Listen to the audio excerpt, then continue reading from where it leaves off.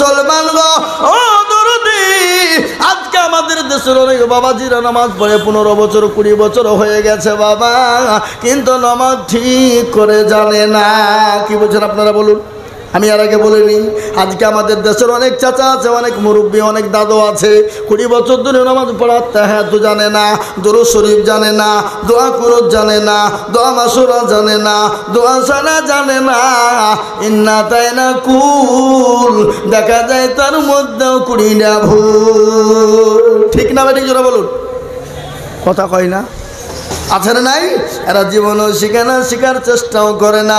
ইমামকে বলে না, হুজুর গো আপনি তো আমাদের ইমাম, একটু কোরআনটা ঠিক করে দেন, সূরা গানা ঠিক করে দেন। কেন বলে না? ইমামের কাছে যদি ইমাম ভুল ধরে ফেলে, তাহলে ইমামের কাছে মুরুলিয়ার মাতাব্বরি চলবে না।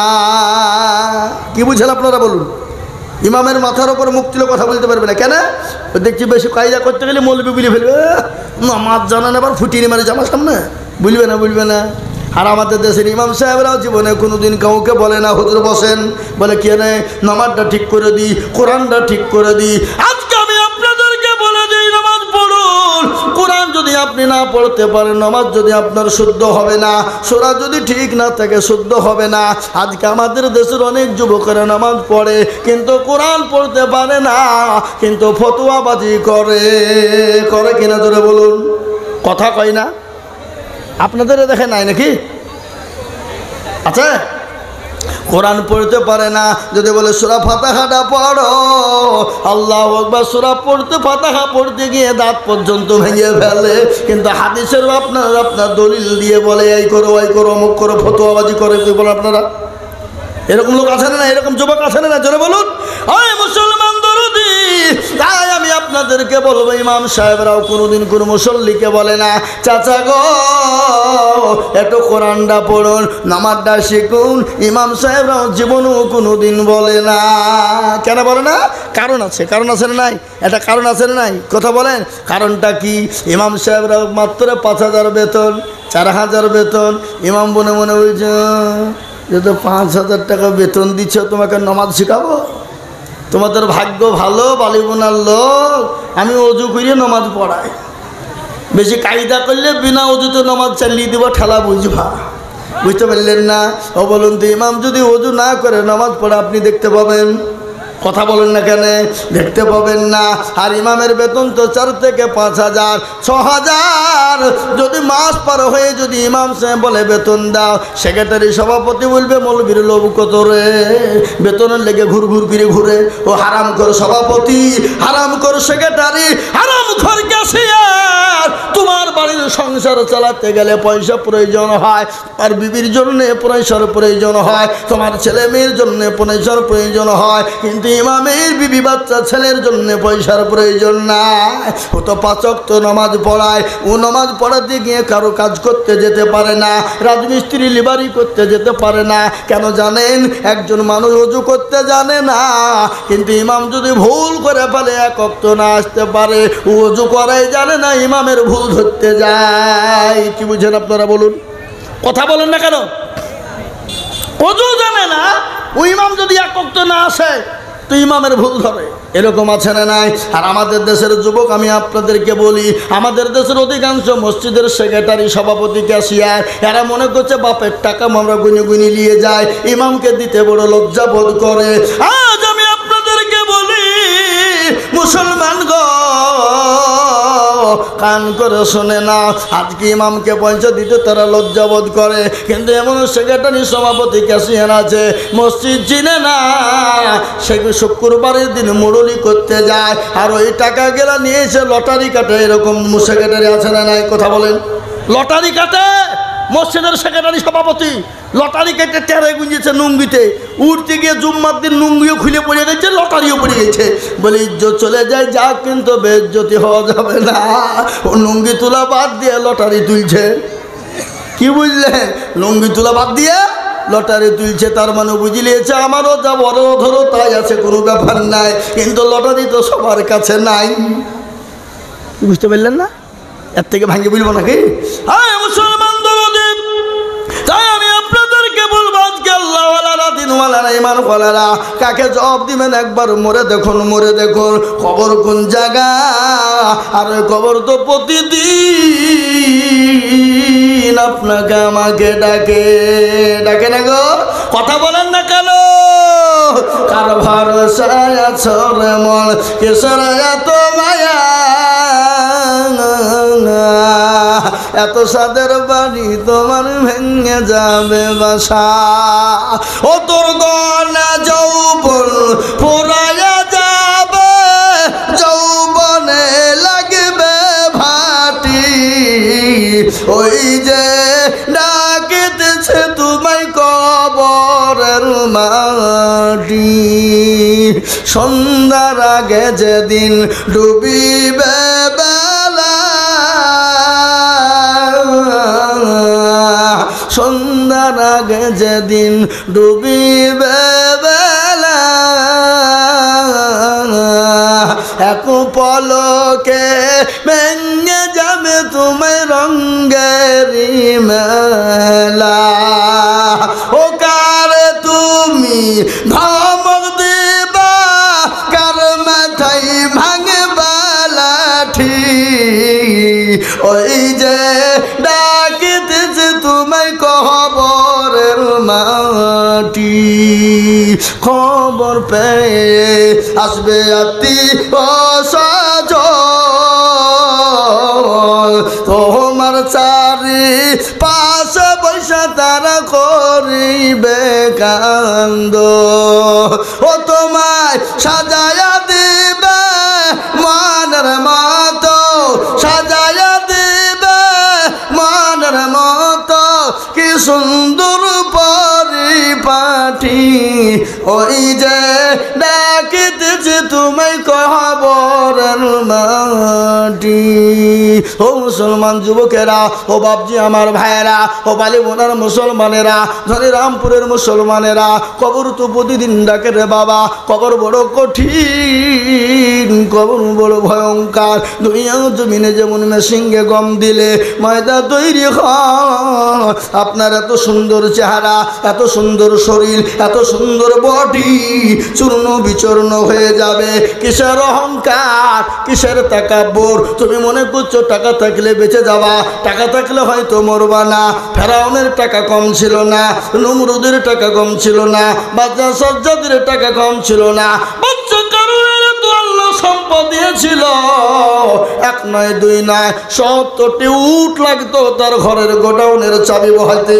ও মুসলমান গো, টাকা থাকলে বাঁচতে পারবা না, বাঁচানো যাবে না। তাই আমি আপনাদেরকে বলবো, কবর থেকে বাঁচতে হলে দুনিয়া জমিনে আল্লাহর হুকুম মানো, আল্লাহর দিনকে মেনে নাও, কোরআনকে মেনে নাও, মসজিদকে মেনে নাও, মসজিদকে আপন করে নাও, মসজিদ মুখী হও।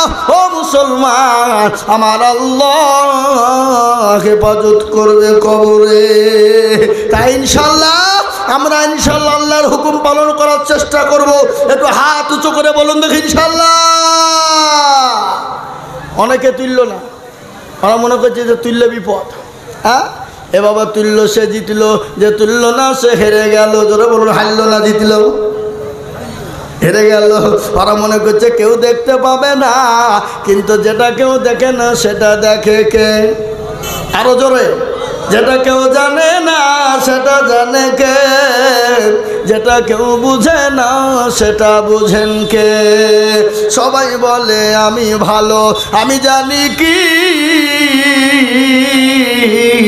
আমার মনের গোপন খবর জানেন আল্লাহজি। আলোতে আধারে নির্জনেতে কত কি করেছো তুমি সব জানে সে। তাহারি চোখেতে কেউ যাবে না ফাঁকি, আমি জানি কি।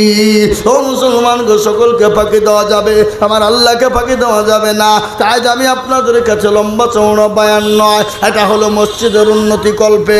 আমাকে মসজিদ কমিটির মানুষরা বলেছে, হুজুর গো আমাদের মসজিদের অবস্থা একটু বড় খারাপ, পয়সার বহুত প্রয়োজন, মসজিদে মেরামত করতে হবে। তাই আজকে আমি বলবো বাপ, আল্লাহর ঘর মসজিদ কিয়ামত পর্যন্ত থাকবে। নবী বলেছেন মান বানা লিল্লাহি মসজিদান বানাল্লাহ লাহুল বাইতান ফিল জান্নাহ, মসজিদ বানিয়ে দেবেন যারা আমার আল্লাহ তাদের জন্য জান্নাতে ঘর তৈরি করে দেবে। ও মুসলমান গো, এইটা আপনার কবরের সঙ্গে হবে, আপনার পরকালের সঙ্গে হবে। যেদিন আরশের কোনো ছায়া থাকবে না, সেই দিন এই মসজিদের দান আপনার জন্য ছায়া হয়ে যাবে। তাই এই মসজিদকে বানানোর জন্য আমি আজিজুল হক আপনাদের কাছে একটু হাত পেতে দেব।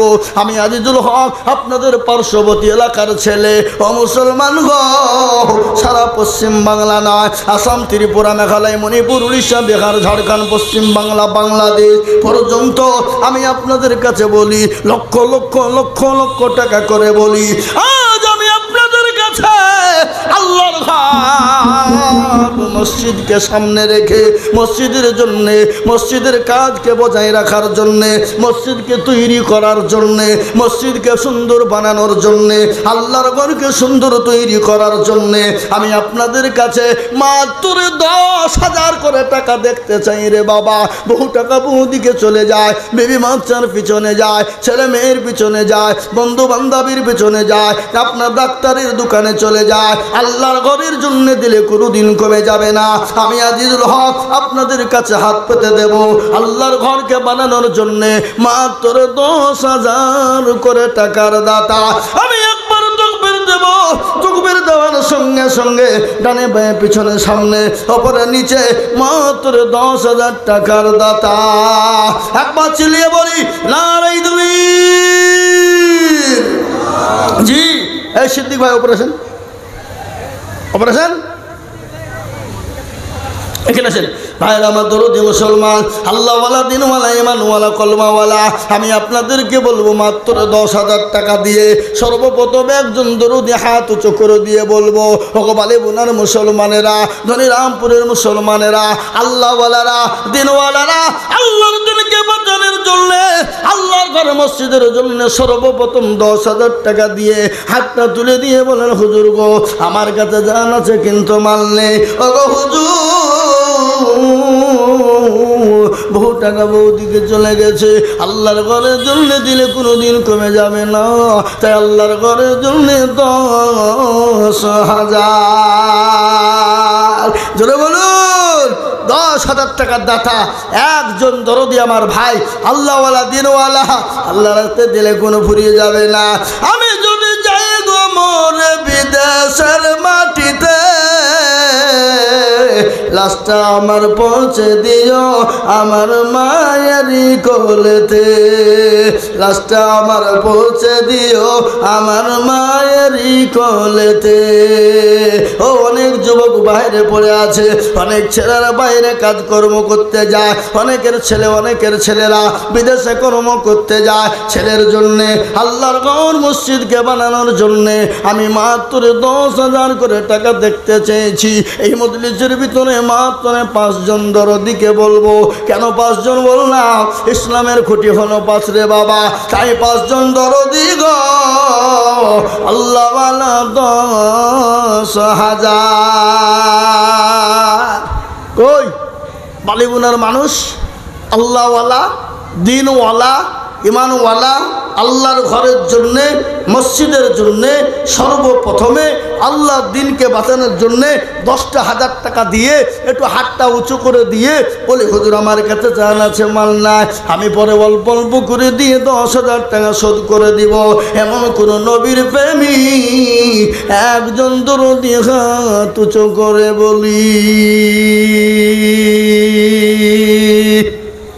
ইনশাল্লাহ নাই?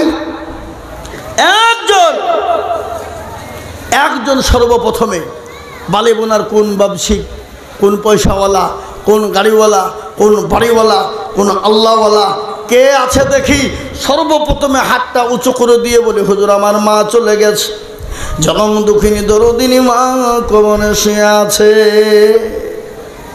ওই মায়ের জন্যে, বাপের জন্যে এমন কোন দরদি বান্দা হবে না আজকে ইনশাল্লাহ তুমি গাড়ি বাড়ি সব কিছু নিয়ে চলে গেছে বাপরে। ওই মা বাপের জন্য 10,000 টাকা দিয়ে আল্লাহর ঘরের খিদমত করব, আর এই মসজিদ কিয়ামত পর্যন্ত থাকবে। সামি আল্লাহু লিমান হামিদা, সুবহান রাব্বিয়াল আলা, সুবহান রাব্বিয়াল আযীম। এক একটা করে অক্ষরের বদলায় এক একটি করে নেকি আমার আল্লাহ দিয়ে দেবেন। তাই আমি আপনাদেরকে বলবো, ও আল্লাহ মাত্র 10,000 টাকার দাতা। কি গো, বালিবুনার মাটিতে এমন কোনো ভাগ্যবান আল্লাহর বান্দা একটাও নাই সর্বপ্রথম এই মজলিসে খাড়া হয়ে গিয়ে বলে, হুজুর আমার কাছে জান আছে, মাল নাই, আমি পরে অল্প অল্প করে দিয়ে 10,000 টাকা শোধ করে দেবো ইনশাল্লাহ। এমন কোনো নবীর প্রেমিক ইনশাল্লাহ একজন দরদি একটু হাত উঁচু করে দিয়ে বলে ইনশাল্লাহ।